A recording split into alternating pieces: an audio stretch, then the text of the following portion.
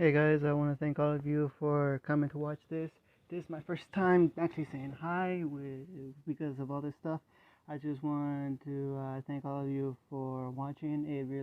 I really appreciate it, and because this is actually the first thing that I've actually put up that people have been actually interested in. And this stuff has been giving the most views. I know it's small, but I'm starting off, and I just want to thank you guys. This is so much.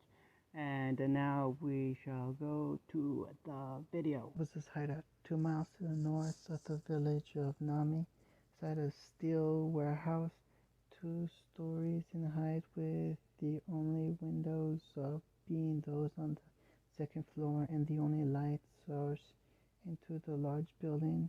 And large, it was too big enough to count as a medium-sized clan compound in Konoha. It was more of a house than a storage facility, especially once it had been found by Zabuza. In the front, a set of large doors sat. They would open inwards, and if they were, the daylight would reveal quite the scene. The walls were lined and packed. The east and west walls contained shelves that held weapons and scrolls, books, and tools, all manner of objects that Mocho Zabuza and his companion Yuki Haku had collected on their many missions. The south wall was where the doors were located, but on the either side of the entrance were more scrolls. These ones contained food rations that were kept fresh by more expensive variants of storage scrolls that kept the objects in a state of stasis. The northern side of the building had been transformed into a large bedroom, with walls around it all where 2 beds lay, only one of which was occupied. The last remaining Yuki lay in bed, still asleep from her healing roughly 48 hours ago. Her red streaked hair was tied into tails, and on either side of her fair-skinned face, she was still dressed in her hunter ninja uniform that had a large fist-sized hole just above and to the left of where her heart should be. Her feet were bare. The sandals that used to be there were on the floor at the foot of her bed. To her right, in a chair, sat a worried-looking boy, the last living Uzumaki. His hair was set in spikes of gold with 2 crimson bangs framing his face and falling past his shoulder in the back. He rode. He wore a black shirt and amber pants, black fingerless gloves with steel plating, and a black trench coat, as well as a large blade sat next to him. His eyes were a dark blue, and on each cheek were 3 whisker-like birthmarks. Just 2 days ago, he had looked only 12, but now he had the appearance of a boy almost 15. Just one more side effect of Haku's healing, he supposed. Naruto kept his eyes on Haku, face scrunched up in worry and concentration, as if he could wake her just by focusing on that desire. Every so often she would shift in her sleep or mumble something incoherent. A sigh escaped his lips, and he placed the Kubiki Ribocho in his lap, letting his fingers glide along the flat of the blade over the intricate seals he had discovered on it roughly 6 hours ago. Many of them were beyond his comprehension, much beyond what he currently knew, until he could learn more from his scrolls. But there were a few he understood. There was a reparation seal over the whole thing that used iron as a catalyst. That was the blade's legendary ability to mend itself with blood. There was also some sort of strange combination of a storage, explosive, and barrier seal that he didn't understand. A gravity seal that allowed chakra to change the weight of the blade instantly. And the last one he recognized was the other, almost like any array or space-time seal, but it was much too complicated for Naruto to figure out at this point. Besides that, there were a dozen more seals on it that were foreign to the young Uzumaki. Perhaps Kurama-sensei will recognize them. Otherwise, I'll have to hope that they're in one of my scrolls. Akage Gigi had some understanding of Fuinjutsu, so perhaps His were more likely Kazan's will. Speaking of scrolls, I should probably go and make sure I gather all of Zabuza's in case we need to leave quickly. With all of these things, though, I may need to write up a new storage scroll to get everything. Akabinshin no Jutsu, Naruto created a single clone of himself and hand you to civilian. I need you to go and find the shop that is selling scrolls in ink. Probably will be in a general store. I have enough on me to make my own storage scroll, so I'm going to need a good reserve for later. Haku and I are going to be on the road. Hi, Naruto-sama. I will need some money. The former blonde nodded and grabbed his wallet before tossing it straight to the clone. Arigato. I will return as soon as possible with that. The clone disappeared in a swirl of wind. Tsunami. That was another strange thing about the healing. His clone seemed to mature after Haku had been healed. Strange. He shook his head and removed himself from the chair and sat on the floor. As he took out one of his scrolls, it was his personal storage scroll, able to hold all sorts of things. A creation of his own, it had a specialized storage scroll that could only hold other scrolls and was protected by blood and chakra seals that meant only he could open and get anything out of them. He set it on the floor and unraveled it just a little, as it could extend for dozens of feet until its end, and found the kanji for supplies before sending chakra into it. And other scroll popped out. He unsealed the content of this one, and out popped an empty scroll, 3 bottles of ink, and a brush, just what he needed. Wordlessly, the Uzumaki unrolled the empty scroll and began to form brushstrokes to start the array for a new storage seal, crossed with a spatial distortion seal, allowing the scroll to hold at least 20 times as much as a normal scroll this size, enough to hold everything in his storage, and then some. He began the long process of creating the scroll, one that would take at least half an hour, if not more. Tazuna's house, Naruto's room. Naruto's decoy shadow clone sat in his room, silently meditating and molding chakra. Simultaneously, anyone that entered the room might gasp at the scene. The sight of the blonde bouncing on 4 kunai, each with point up. Chakra had to be used just right, else the kunai would plunge into the clone and dispel him. The shadow clone itself was not unprepared, since Naruto had used just a little bit of Kurama Sensei chakra so that the clone could take a mortal wound before being destroyed. It also was under a solid hinge so that he looked exactly as Team 7 remembered him. There was a knock on the floor, and the Naruto clone opened its eyes and looked at it, feeling that the chakra belonged to Tsunami. "Demand Tsunami," he said coolly. The woman opened the door, a pail of food in her hands. "You went there for dinner, Naruto-kun, so I brought it to you." She sat on the floor in front of him and sat on the bed, looking at him quizzically. "What are you doing?" The blonde smiled and kept his hand in his ram seal, so as to keep his chakra formed the way he needed. "This is an exercise that one of my sensei, a woman called Mitarashi Anko, taught me to control my chakra.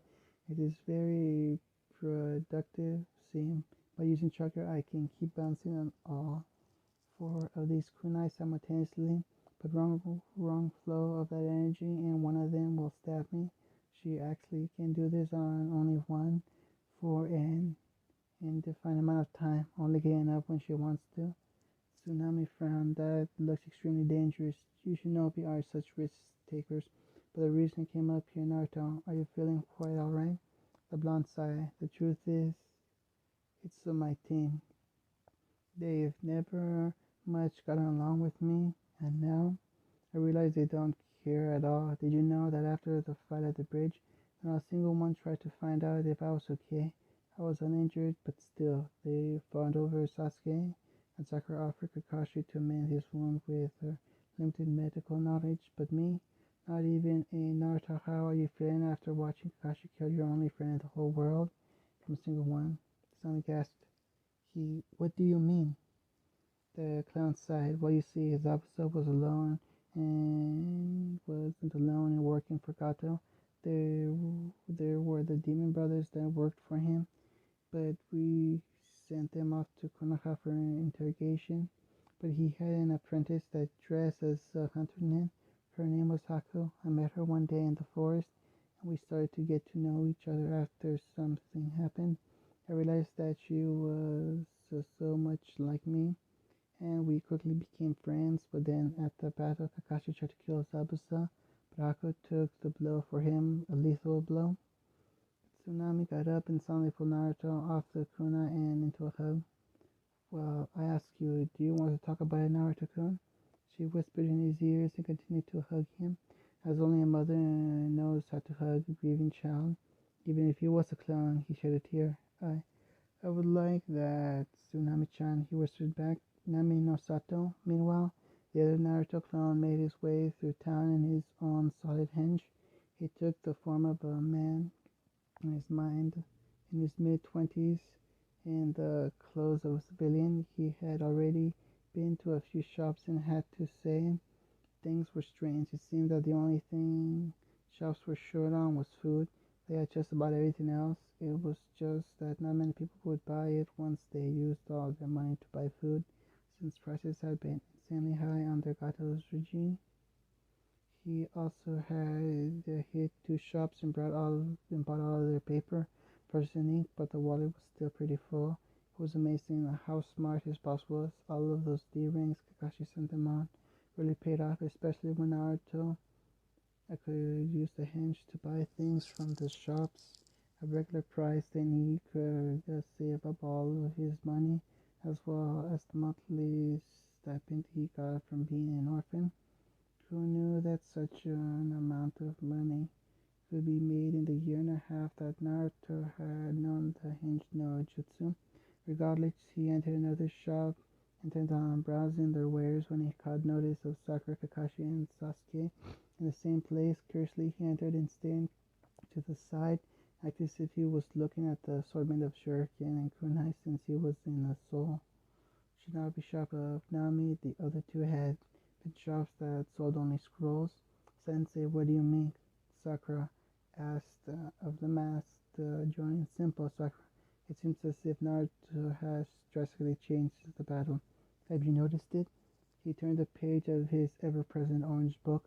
He stays in his room all the time, never leaving. Inari had to bring him dinner last night, and I think Tsunami brought it to him after dinner tonight. I'm not sure what happened to him, though. The blonde is probably just being an idiot as usual. Sasuke-kun's right, Sakura screeched. Naruto is just a big baka. The crone growled to himself, but restrained his next move instead of leaving the shop and heading back to the base.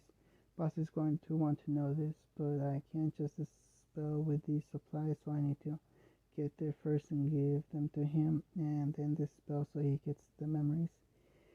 He made the right choice. The team doesn't even care. It looks like Kakashi is at least pseudo-concerned, but his book is more important, it seems.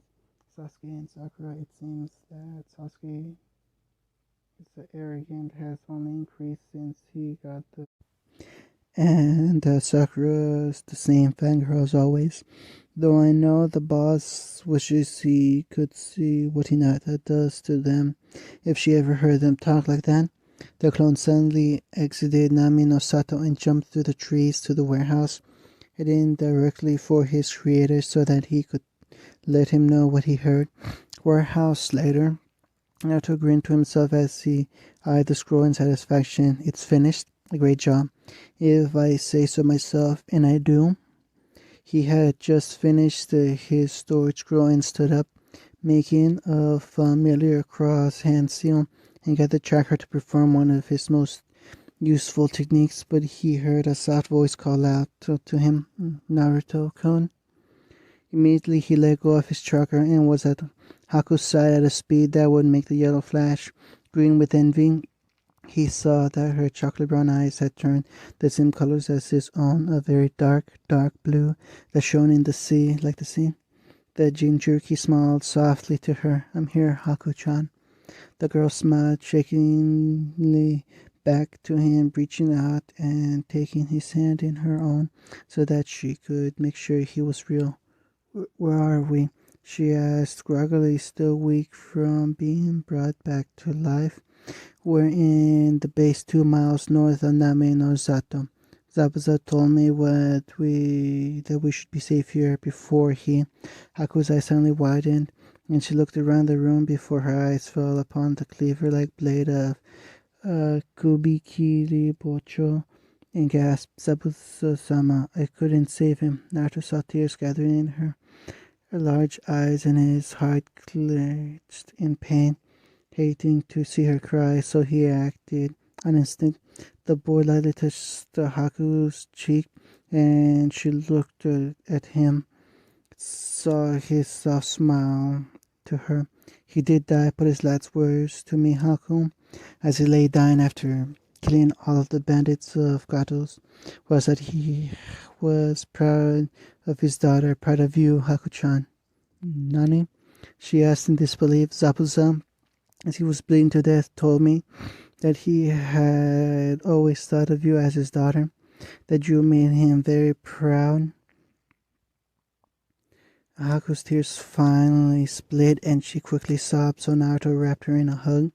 Haku immediately latched onto her last precious person, crying into his shoulder and soaking his shirt. He gently rubbed her back with one hand and stroked her hair softly with the other. I'm here for you, Haku-chan. Cry all that you need to. I promise I would always be by your side, and I will never break that promise. Haku nodded into his shirt and wrapped her arms around his neck as she continued to let her pain out through tears, a process that would take hours to do. Tasuna's house, Naruto's room. How can you even be sane, Naruto-kun? Tsunami asked as tears were leaving her eyes at the story the blonde clone had just told her. I'm not sure, Tsutsumi-chan, the clone admitted. After I lost both of my mother figures and my older brother, I'm not sure anyone would be. I've never been completely whole, but I realized something after Kakashi struck Haku-chan with that Raikiri. Before or after the healing, Tsunami asked, having already heard everything. She even knew she was talking to a clone. Boss knew that he was going to probably leave Konoha before the battle, but after he saw that Kakashi went right for Sasuke to check on him, instead of even noticing Boss, then he knew he was going to leave.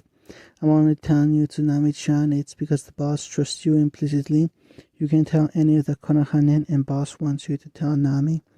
All of this after the Konohan leave tonight. If you don't, Tazuna might make the mistake of forming trade agreements and alliances with Konoha on Nami's behalf. Can we trust you?